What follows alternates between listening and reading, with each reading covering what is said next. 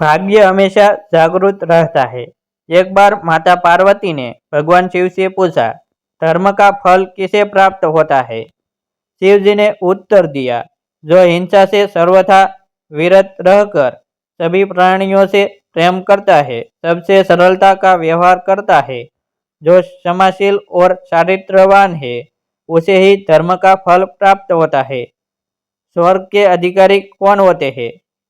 इस जिज्ञासा का समाधान करते हुए महादेव ने कहा, जो दूसरों के धन से मोह नहीं रखते, पराई स्त्री से सदा दूर रहते हैं, ईमानदारी और परिश्रम से प्राप्त खाद्य पदार्थों का उपभोग करते हैं, कभी असत्य नहीं बोलते, किसी की चुगली निंदा नहीं करते, सौम्य वाणी बोलते हैं, वही स्वर्ग के अधिकारी होते हैं। भगवान शंकर ने आगे कहा, जीवन में सदा शुभ कार्य ही करना चाहिए। शुभ कार्यों से शुभ प्रारब्ध बनता है और शुभ प्रारब्ध से शुभ कर्म बनते हैं। शुभ कर्मों का फल शुभ होता है। मनुष्य जैसा कर्म करता है वैसा ही प्रारब्ध बनता है।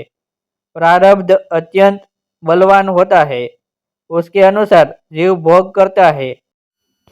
प्राणी भले ही प्रमाद में पड़कर सो जाए, परंतु उसका प्रारब्ध सदा जागता रहता है।